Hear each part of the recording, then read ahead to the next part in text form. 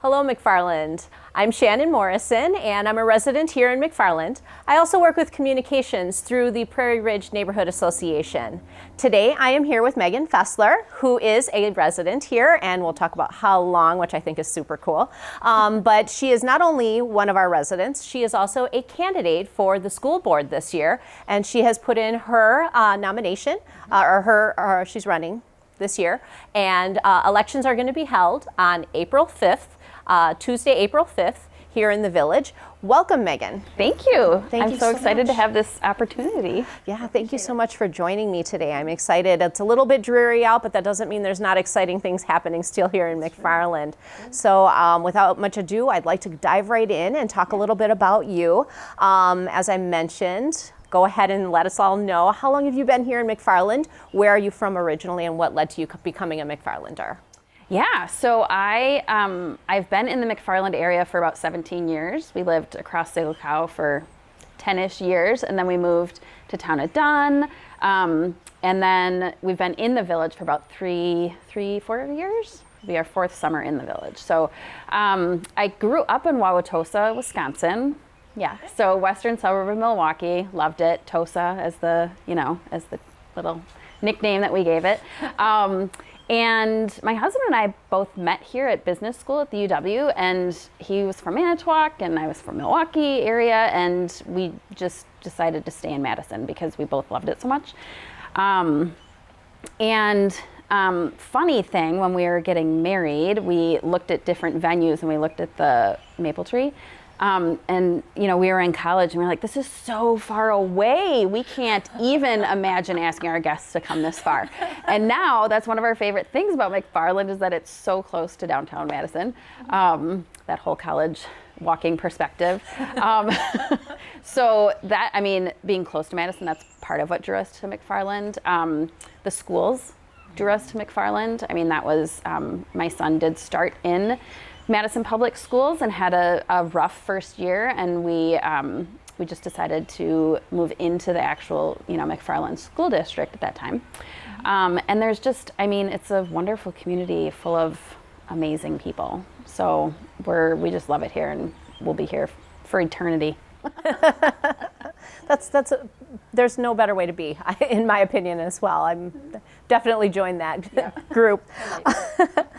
So what drew you specifically to become involved with the school board? Mm-hmm. Well, so I have 2 kids in the district, and in district schools, and they'll be in the schools for 5-6 years. And I've always loved the learning process, and I've really loved watching kids learn. My kids went to Montessori preschools and stayed to Montessori through kindergarten and came to the schools in 1st grade. And I just love seeing how that brain development works. And, the accountant part of my brain is very, just loves the science and the numbers behind all of that. And I think that I have a lot to offer in terms of being able to help in that development process with our schools, and just being able to see how I can positively impact the district with all the kids. I've spent a lot of time in and around schools, and I really love watching kids learn, and it's great. It's fun. All right, I'm going to look and make sure that I get this exactly right, okay? You did provide a bio that was posted to our Prairie Ridge Neighborhood Association website. Let's talk about your work-related experience, because I do want to point out you are actually not one of the teachers. Okay, but I see that you work with a local McFarland business. You're a certified accountant. And you've worked with libraries, you volunteered at different schools in and out of McFarland. How does your work as a certified accountant benefit all of these other roles that you've had?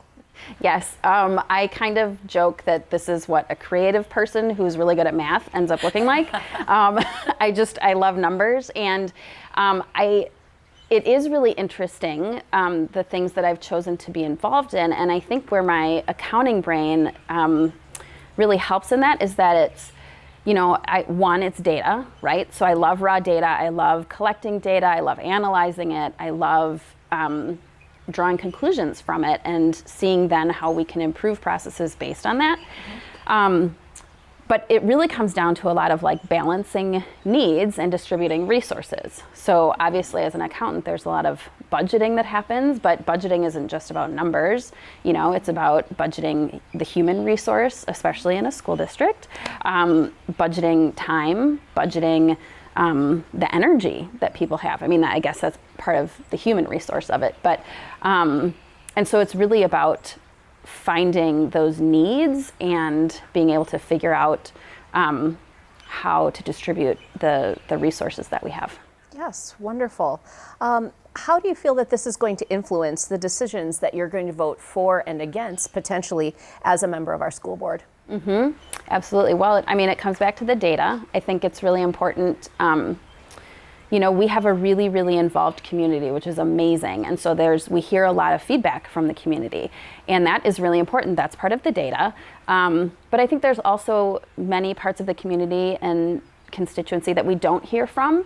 And so we have to be able to balance the needs of those that we do hear from with those that we don't. And so trying to engage in ways to get that data from people that we don't hear from all the time, and making sure that everyone's voices are represented, not just the ones who share their voices all the time, you know. So and so that's part of that balancing and budgeting, you know, if you will. So, and that's what I plan to do with the decisions. I mean, I really you know, I really apply empathy and integrity to the decisions I make, and then the data, you know, it just, for me, it comes down to a lot of data.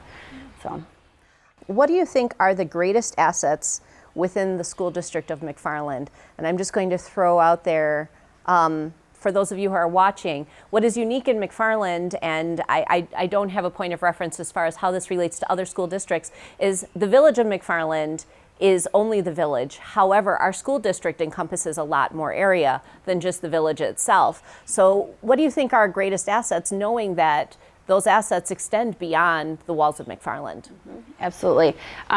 It's really easy. I mean, McFarland has a ton of assets in our school district. But the first one that comes to mind is community support. And then right up there equally is our educators. Community support, I mean, we have a very engaged community, like I said before, and we also have a lot of resources, both time and financial resources as a community, and lots of different perspectives. We've got people in the village, we've got people in more rural settings, and it's just really, I mean, considering all of those things is really important. And it gives a lot of diversity to our school district. So I think that's really, I mean, that's definitely one of our assets. And then our educators, I mean, so many of them choose to live here and make their lives here and raise families here and, you know, create their recreation here. I mean, it's so, I mean, if you have a school, lots of other school districts don't have that, you know, so. I definitely agree with that. A little bit of a personal note. I lived in secret places, and we've now moved into McFarland proper over the time that I've been in the area of McFarland. And we've been here for 9 years now. And when we started off with our older daughter in kindergarten, I kind of felt like it was a make or break moment. At that time, there was a vote to essentially raise taxes to support our school system and to upgrade everything that was happening within the school system from K through 12. And it was voted, they voted for it, and that addendum passed with over 80% support. Mm-hmm. And that was such a clincher for me. I knew that I was surrounded by like-minded people who really supported and knew that our future lied within our education system. And as long as we laid that foundation there, we could build anything all the way up through beyond my retirement years. Mm-hmm. So, and you've been here longer than me, so you probably remember that vote as well. So to remember all of these votes and know that the community provides that financial backing for what their expectations are, kind of brings everything full circle. Yep. Yeah, absolutely. I 100% agree. I do remember when that came through, and it was a lot of money, and a lot of people really wanted to understand what it was all about. And then, like you said, 80% decided that yes, it was absolutely worth it. So yeah, agree. It was, I remember my husband and I talking about this. We literally said, this is our clincher. Like, this is where we're staying. We're not leaving. That's awesome. So definitely for us, at least. We talk about all of these things that we have going for us. What do you see as areas that McFarland School District can grow and improve? Where do you see, I don't want to say shortcomings, because I don't perceive it as that, challenges that our school district can improve upon? Absolutely. Yeah, I agree with you. I don't see a lot of shortcomings. Don't like to label them as that. Opportunities for improvement or opportunities for growth and learning. I mean, that's really, as we go through all of this, that's really what we're doing, is we're learning new things about our community and about what it needs, and that's always changing. So I think personally, I feel like there is lots of opportunity for creating more synergy between the village and the school district. So there's lots of opportunity for partnership there, where we can grow engagement with students in the district, with community partners, whether it's through, the apprenticeship program at the high school level, or just even with the kids, and having activities that benefit both the community as a village, and then also the schools and the kids from an education standpoint. So I think that's an opportunity, kind of specifically within that. I think too, like having the schools as more of community spaces to engage some of the groups and recreation that's available to community members, allowing more opportunity for that and access to that. I mean, that kind of goes with the village partnership. And then I think there's a lot of, opportunity to make sure that our learning spaces are really positive and feel safe for all types of learners and all types of, people with different backgrounds, and just, there are people, different learners of all different types. And, if it's, I think McFarland is really strong at kind of traditional learners, and we've been working hard at, expanding our skill set with kind of outside the box learners. And so I'm looking for, lots of opportunity to continue that work with them. That's true. I think, people may say, or people may think, we have so many more diverse special needs. Why are we attracting that? It's not that we're attracting that, it's that we're growing in all ways. It's not just suddenly that there's an increase in special needs, it's that we have an increase in all needs. And because of that, we need to make sure we're not only growing in one direction. Right. So, as a school district, we need to be apt at teaching how to learn, and then we also have to learn ourselves, right? And be flexible. And as the students change, we have to be able to change, right? In how we respond to that. Yeah, I agree. Here's another one that's a big one. So I have to read it. Some of my questions are little and some of them are big. So I have to make sure that I read it right so I don't miss any of the good points. Another item that you mentioned in your biography that you provided to the Neighborhood Association was a need for data-driven decision making. Talk about this a bit for me. What does this mean, and how do you feel that McFarland can benefit from that work experience, both as with data analysis and decision making? What does this blend look like from your perspective for a growing community like McFarland? Yeah, absolutely. I touched on it a little bit before already, but for me, it really is about data. It just, learning how families feel, how students feel, learning how administration feels, all of that is going to drive decisions. And then also benchmarks, benchmarks with school districts that are similar to ours around the nation, and then also ones that we strive to be like. I think all of that's really important, and for my brain, I get that from data. And so it's research, it's reading, it's numbers, and that's a huge part of my skill set. So I think that's how it will impact how I can impact McFarland as a school board member. So it's really just about learning and being able to adjust our own processes for as our community grows, because we're growing, and our schools have to adjust for that too. I also, data, I talked about how the administration and students and all of the stakeholders in the school district feel. And I'm also, I said before, I'm a creative person, who's good at math. And I'm also, like, that creative part of me is really emotional in terms of like empathy and integrity. And so that's a huge part of it for me too. So it's blending both the data plus, the feelings that are happening in our school district, because the data could show something, but then what we're intuiting from how people are behaving and everything like that could be totally different. So it's a blend and balancing of those needs and resources. I'm going to throw this out there. I am not that person.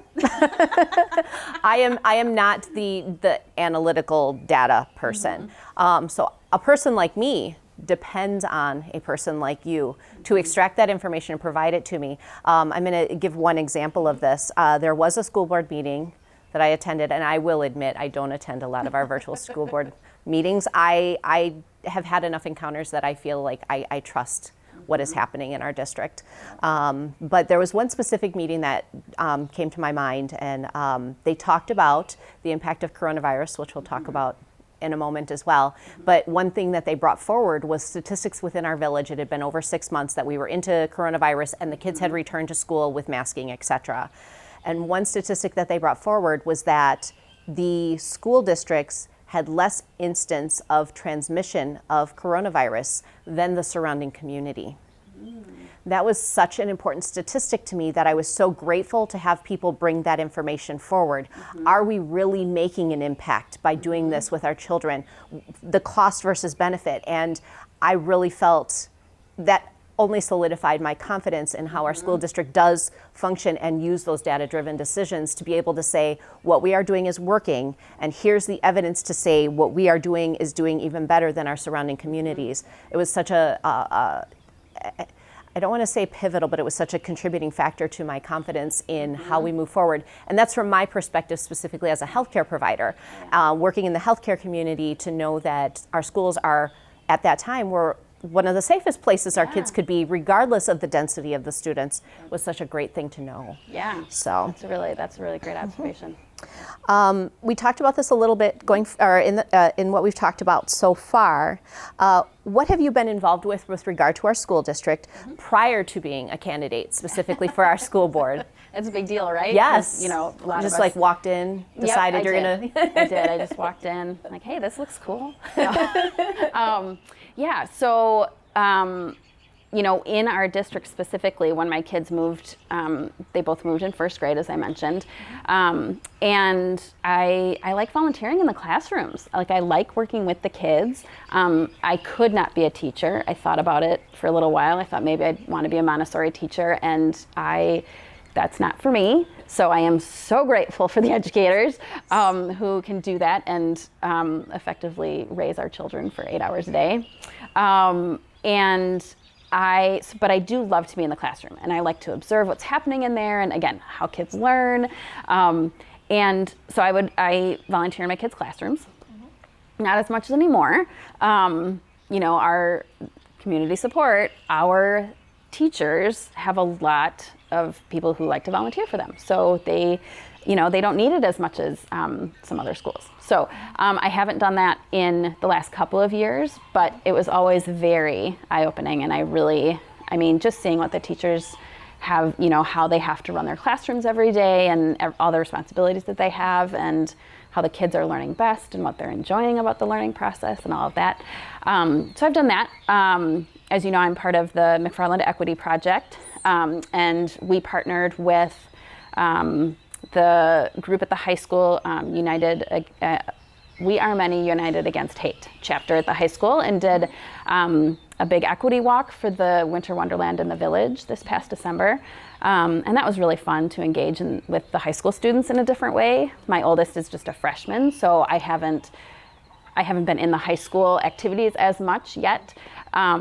And that was really, really fun to work with the high school students, and because we had a committee of adults and students, and it was really wonderful seeing them work together.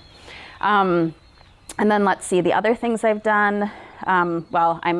I'm always at the schools I mean, between, both my kids do music, they're both in athletics, and so I feel like I'm constantly at our beautiful performing arts center, and listening to these great concerts and at athletic events, both at IMS and at the high school. So I feel like I'm in the schools a lot.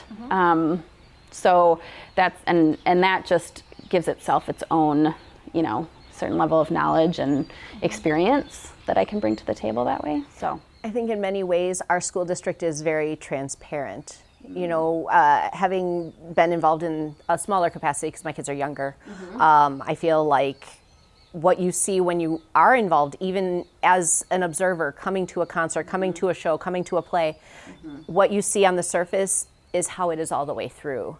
So I feel like the interactions that I see, even one-on-one, seeing how my kids interact with their teachers and their fellow students, it's like seeing that mirror kind of echo all the way up, and you see more light, even at the surface. I would agree with that. I hadn't thought of it that way before, but I agree with that. And I can think about other places I've been or other schools I've been where it didn't feel like that. Yeah. And so I totally see what you're saying. Sometimes it seems like, it's on the surface. I'm only seeing the surface, but it takes a village, and you see that on all levels, I guess. Yeah, agreed. So, where do you think that you can have the greatest impact within our school board and within our school district?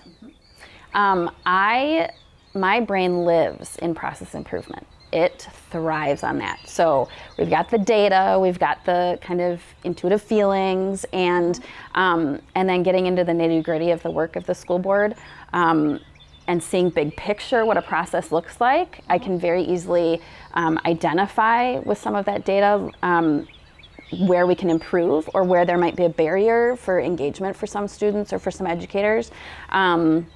And where there might be issues that need to be addressed. And I just love process improvement, and I feel like we're at a really key part in our education system, like after COVID.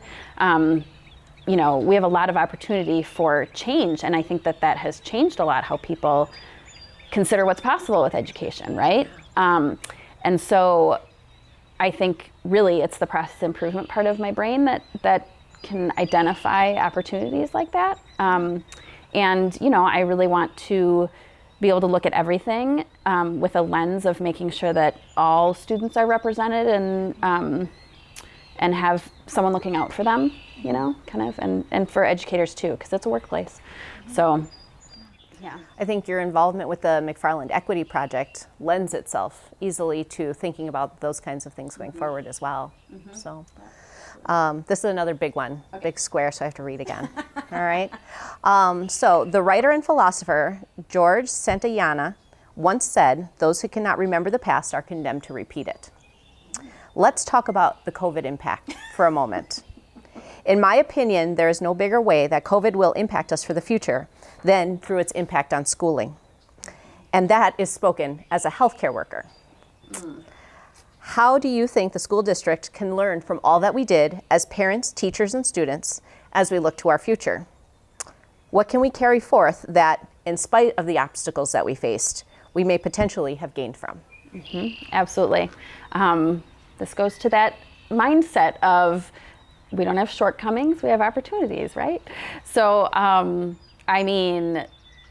don't think I remember everything about the last 2 years, so I don't know.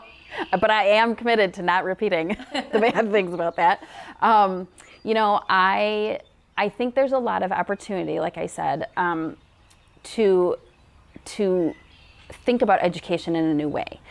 I don't know details about that yet. I think what we've learned is that, one, kids are resilient.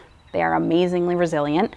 Two, teachers are beyond resilient, and have skill sets that can work with almost anything, even when it's not sustainable and they thought it was going to be 3 weeks and it's 2 years. And I think we've learned that we can push ourselves maybe to a place that we shouldn't spend a lot of time, but that we can get there. We can learn what worked, we can learn what didn't work, and we can come back to a new space and new headspace that is ready to figure out what works best going forward. I mean, I think those are the biggest things that we learned. I think from a community standpoint, we probably learned that we can feel really divided about how things should be applied, how we feel about all sorts of things, and in the end, still come back and be supportive. You know, everyone who, in watching some of the school board meetings over the pandemic, we had so much communication to the board about how people felt about masking requirements and about being in school virtually or not, you know, all of the different issues that were related to COVID. And I have to say that the majority of the comments that I heard almost always started with some form of gratitude for the school board, gratitude for our school district and our teachers, and recognizing that it was a really hard situation.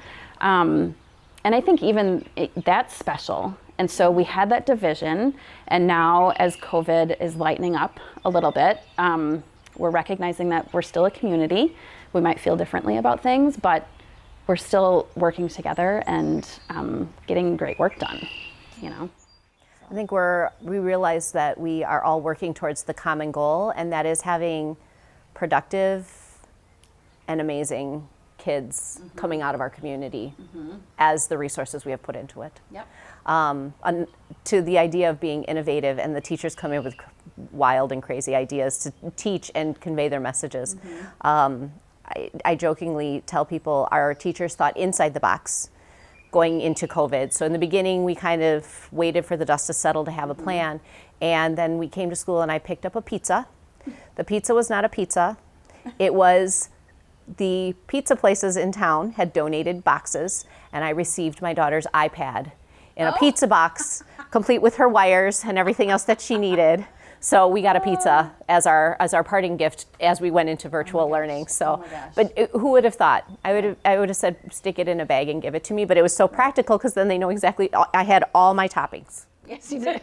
You had all the toppings, and they were very well protected. Yes, they were very well protected. My daughter loved rolling down the window, had her mask on, reaching in to get her pizza iPad. Yep. So.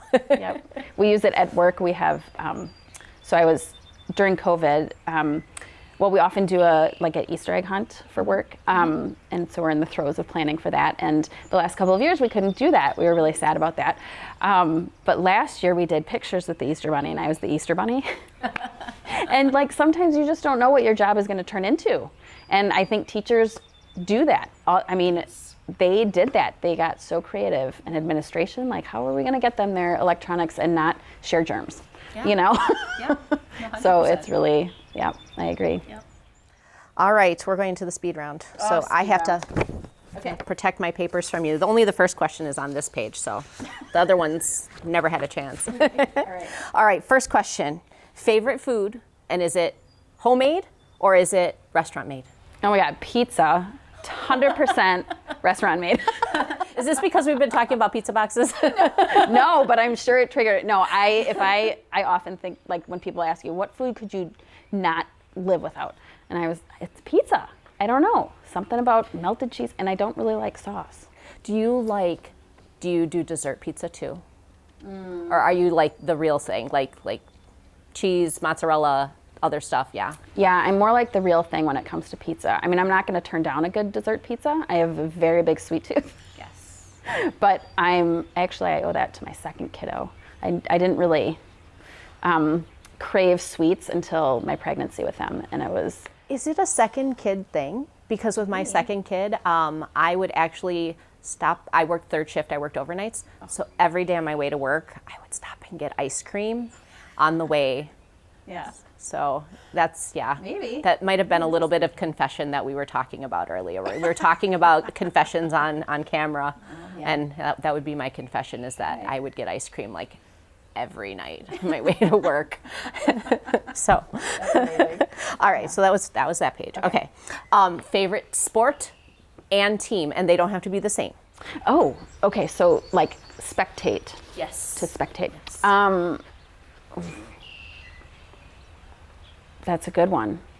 And they don't. Your favorite sport doesn't have to be your favorite team. Mm-hmm. So. Okay, my favorite sport gymnastics. Gymnastics. Yes, I really enjoy watching gymnastics, Olympics and stuff like that. And then, I mean, the Packers, that's what I got to go with. You know? Sounds good. Yep. Well, you're from Tosa, so I you've been am. around it the whole time. I'm a Milwaukee girl, so I understand. I relate. All right. What is your hobbies? Hobbies. Yes. Besides running for school board? Besides running for school board, everybody would love to just, yeah. I'm just kidding. I love hiking. Hiking. I just love being in nature, which, I mean, that McFarland lends itself to that really well. Even the rain? Even the rain. Even the rain. Over the pandemic, I learned that I really enjoy winter hikes, too. That's the thing. I agree. Yeah. I was like, I'm not going out for a walk, and now that we're kind of coming out of it a little, I'm hoping that'll stick. 50-50 on that, right? Yeah. And then reading. I love reading. So, yeah. All right. Favorite vacation and why? Well, we differentiate vacations and trips in our household. Vacations are when it's just my husband and I. And trips, which are still very enjoyable, are when we take family trips. It's just the relaxation level is a little different. And so my favorite vacation, my husband and I took a road trip. I had one cousin getting married in Seattle on one side of the family one weekend, and then a week later, another cousin from the other side of the family getting married in Santa Barbara. And so my whole family was going to both.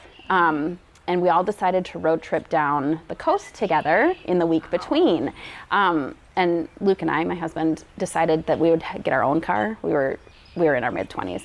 And the rest of them like all went in a van, and they had a lot of fun. They also had lots of opportunities to get to know each other better.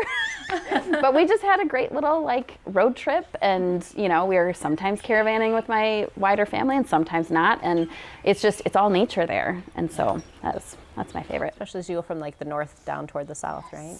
Yes, exactly. Go through the woods and the mountains, and then get down to the beaches. Yeah, it's great. All right, next question. Cheers. What are you drinking?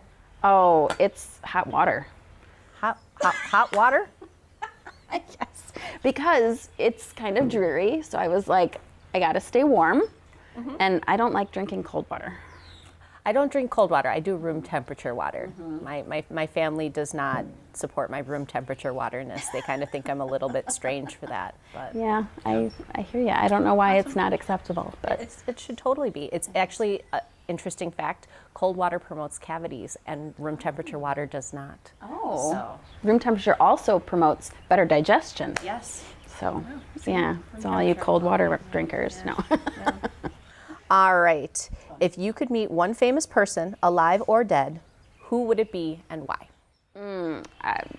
I mean, I think I could come up with a lot of people, but first one that pops to mind is Michelle Obama. I find her so inspiring and just real. And yeah, I'd love to sit down and have a conversation with her. Awesome. And what is your favorite place in the village of McFarland?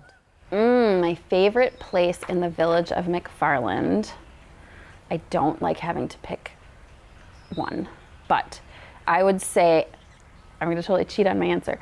It is my usual walking path. So it means, because we're really close to my house here at Lewis Park, and so I like to walk the wood path back in, I don't even remember what the park's name is, but I walk that, and then I walk up through here, and I walk through the trails behind IMMS, and I just love it, and then I walk back. Awesome. Yeah, it's great. I think the parks are definitely a big draw here. If it's not the school district, it's definitely the parks here. Yes, for sure. Awesome. Yes.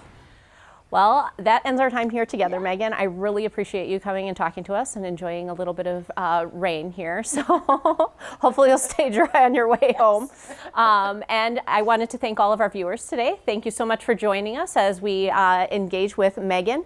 Reminder, Tuesday, April 5th is Election Day, and Megan will be on the ballot for school board here in McFarland.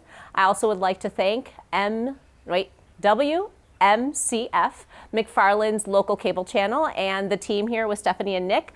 And as I say always, we'll see you in the village.